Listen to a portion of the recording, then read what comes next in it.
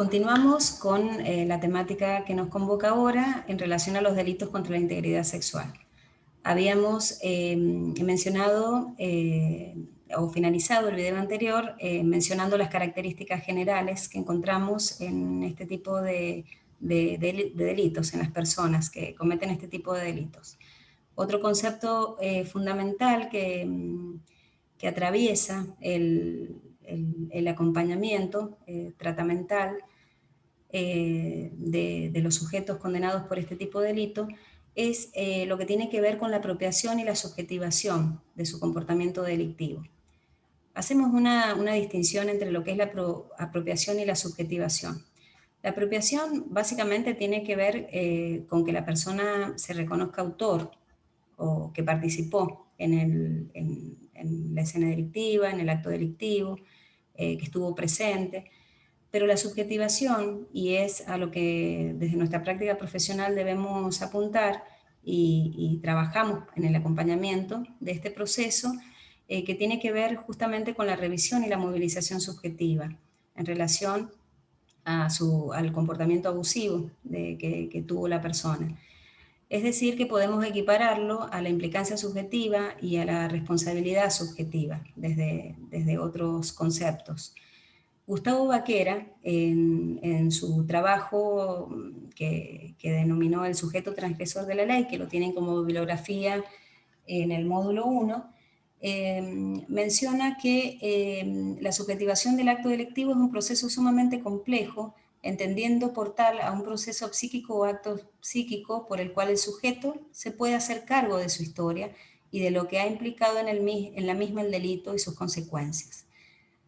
Baquera dice que para subjetivar el acto delictivo, este sujeto tiene que poder determinar cuál es su historia y cómo se inscribe este acto en la misma. Un aspecto central en las intervenciones profesionales y los abordajes es focalizar en la profundización de su historia de vida. Bien, es lo que mencionábamos hace un rato como historización, esto de poder entender que la biografía es más amplia que el hecho por el que fue condenado, esto a fin de lograr un acercamiento a su subjetividad y desde allí ofrecer herramientas que le posibilite transitar por un proceso de subjetivación del acto delictivo, fortalecer la no repetición del acto y la conciencia del daño causado a la o las víctimas. Sin duda, este proceso sin duda no es simple, y más teniendo en cuenta la resistencia inicial, que no hay una adherencia genuina al tratamiento, al menos en etapas iniciales. Entonces es un proceso que se tiene que ir acompañando muy lentamente. Tenemos que, como profesionales, ser muy tolerantes a la frustración sobre todo centrarnos en una primera etapa desde una posición fundamentalmente de escucha, ¿bien? Y también con una actitud muy receptiva y paciente, porque están instalados procesos de negación o de minimización del delito muy fuertes, ¿bien? Hablando desde el posicionamiento subjetivo, ¿no? Como estas defensas están muy rigidizadas. Que bueno, que ahí justamente al momento de evaluar el tratamiento, cuando esté la instancia de evaluación, que la ley 24660 establece que a los 6 meses de tratamiento penitenciario se debe realizar la evaluación, y a partir de ahí la persona, el profesional, determinará si requiere, si se renueva, digamos, este acompañamiento, mediando ante todo el consentimiento de la persona. Pero bueno, llegado el momento de la evaluación, ahí es justamente donde tenemos que ver si esta persona ha realizado un buen trabajo subjetivo, que denota compromiso en comprender su paso al acto violento a los fines de no reiterar su conducta, evaluar si observamos movilización subjetiva a raíz de su detención. Siempre recalco el tema de lo subjetivo porque nuestras intervenciones fundamentalmente tienen que ver con el trabajo en la subjetividad, ¿bien? a diferencia de otras áreas que conforman el tratamiento penitenciario, que son sumamente importantes también, como es el área de trabajo o el área de educación. Generalmente los sujetos con este tipo de causas se adaptan óptimamente al sistema carcelario. Suelen acceder a los mejores trabajos, lo cumplen, son responsables, tienen incorporados hábitos de trabajo. Entonces, donde manifiestan más resistencia es justamente abordar esta parte subjetiva. Por eso son tan importantes los espacios que podamos brindar desde nuestras profesiones. Porque sabemos que mediando la palabra se hacen más factibles la reflexión y también el pensamiento. Bien, entonces, bueno, daremos cuenta en su momento si se instaló un proceso de movilización, si no se instaló, si está en marcha, si es incipiente, si avanzó, si logró reposicionarse y si logró también reposicionarse en relación también a esto pulsional, ¿no? Hablábamos recién que se activan diferentes mecanismos defensivos. Los mecanismos defensivos que vamos a repasarlos porque sin duda deben haber escuchado mucho de esto. Lo que va a determinar, vamos a decir como la gravedad de esta situación es si estos mecanismos defensivos están rigidizados o no, si pueden flexibilizarse a través de las intervenciones. Bien, encontramos entre ellos la disociación, que es el mecanismo por el cual facetas diferentes, aún contradictorias de personalidad, pueden coexistir y ser desplegadas por una misma persona con la única condición de que esos aspectos incompatibles no contacten entre sí. Bien, cuando esta disociación es exitosa, la consecuencia inexorable va a ser la fragmentación de la personalidad. A partir de ahí, todos los recursos se ponen en marcha para sostener esta situación que evite el dolor o la sensación de aniquilamiento que surgiría si el sujeto tuviera que aceptar que detrás de esa fachada pacífica y colaboración, esa fachada pacífica y de colaboración, subyacen profundos impulsos destructivos y asesinos de la subjetividad ajena. Bien, recordemos que, como su nombre lo indica, los mecanismos se activan de modo inconsciente a fin de aminorar la ansiedad o la angustia que produce una situación, sin resolverla, obviamente. La negación, que es uno de los mecanismos que prevalece también en este tipo en las personas que cometen este tipo de delito, cuando la negación no puede sostenerse, queda el recurso de minimizar los hechos. Que en realidad predomina la negación, pero también prevalece mucho, en mi práctica he podido observar la minimización del delito como predominante también. Le restan importancia a su comportamiento abusivo, dando explicaciones, justificaciones y razones en relación a su accionar. Por ejemplo, lo hice, pero ella me seducía y me buscaba. Ella nunca opuso resistencia, nunca apliqué la fuerza para tener relaciones sexuales con ella. Bien, son algunas de las frases que surgen. La racionalización, que tiene que ver con dar razones basadas en distorsiones cognitivas que sirven para justificar y autorizar los acercamientos sexuales. Bien, podemos hablar dentro de estas racionalizaciones, estas distorsiones, se producen deformaciones cognitivas como es la distorsión de la realidad, ya que suelen manipular las percepciones, emociones y juicios de los demás a fin de distorsionar la realidad a su conveniencia. Y la abstracción selectiva, ya que solo recuerdan hechos aislados que no tienen que ver con el momento justo del abuso, son datos colaterales que no lo culpan del hecho. Bien, o sea, por eso seleccionan, hay una abstracción, una selección de la información también que brindan. Por esto es importante que, a mi criterio, contar con el testimonio de sentencia. Si bien no es una condición sine qua non, o sea, que no podemos abordar si no tenemos el testimonio de la sentencia.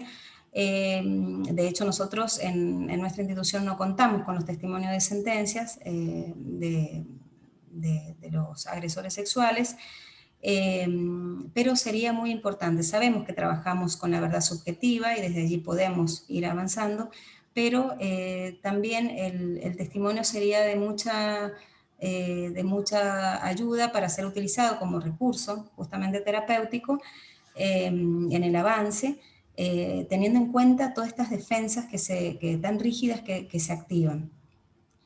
En la proyección, bueno, que externalizan la responsabilidad y la culpa en la víctima o en los denunciantes, porque no siempre la víctima es la que denuncia, y la parcialización, que tiene que ver con que cuentan fragmentos de los hechos, de manera que quienes investigan conocen solo una parte de la realidad. Lo que cuenta sobre su comportamiento abusivo permite proteger su autoimagen sin llegar a sentir que mienten. De ahí la importancia de conocer el relato de las víctimas para llegar a conclusiones acertadas. Vamos a ver algunos lineamientos muy generales acerca de las propuestas que hay en relación a las intervenciones profesionales. Existen diferentes modalidades de intervención. No obstante, muchas de ellas coinciden en el abordaje de los siguientes aspectos. El análisis de la historia personal, como habíamos mencionado, que tiene que ver con la revisión subjetiva, el abordaje de las distorsiones cognitivas, también mencionadas, un registro, abordar o trabajar, brindar herramientas para que esta persona logre un mayor registro y conciencia emocional, y también en relación a los comportamientos abusivos y violentos, en que se analiza la cuestión de las conductas de agresión y daño a las víctimas. Es fundamental trabajar el tema de la conciencia de daño a la víctima puntualmente.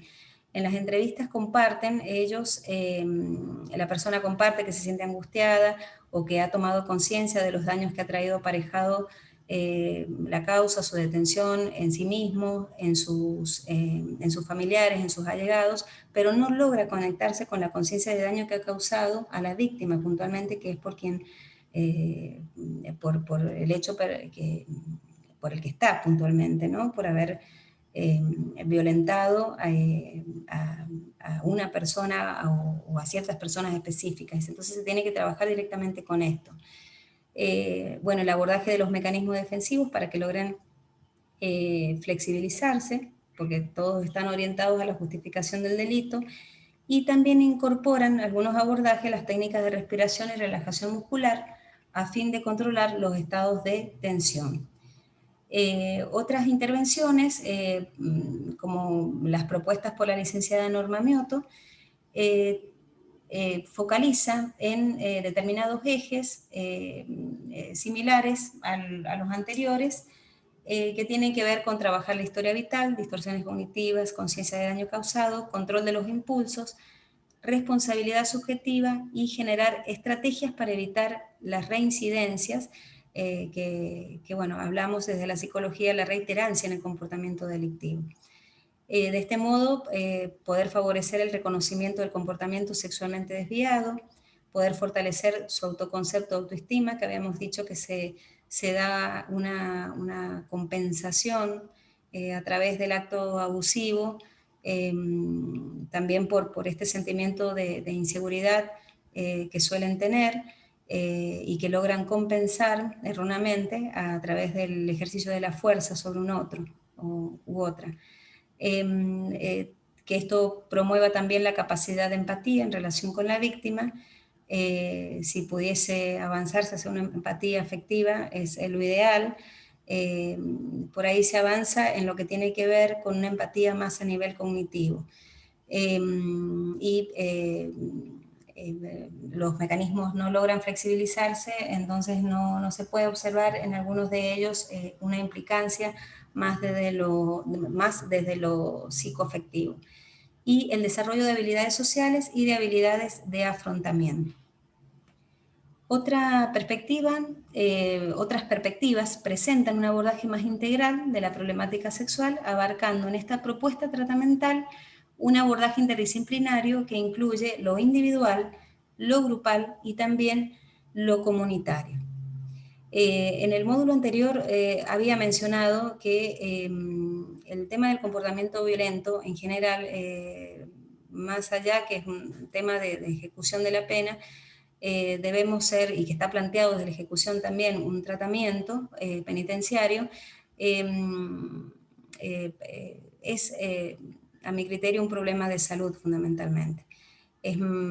Quizá es algo, un pensamiento mágico pensar que una persona sale restablecida o recuperada y por un tratamiento que se da encima en un contexto de encierro con todo lo que ello implica y en las condiciones que sabemos que presentan en las cárceles en nuestro país.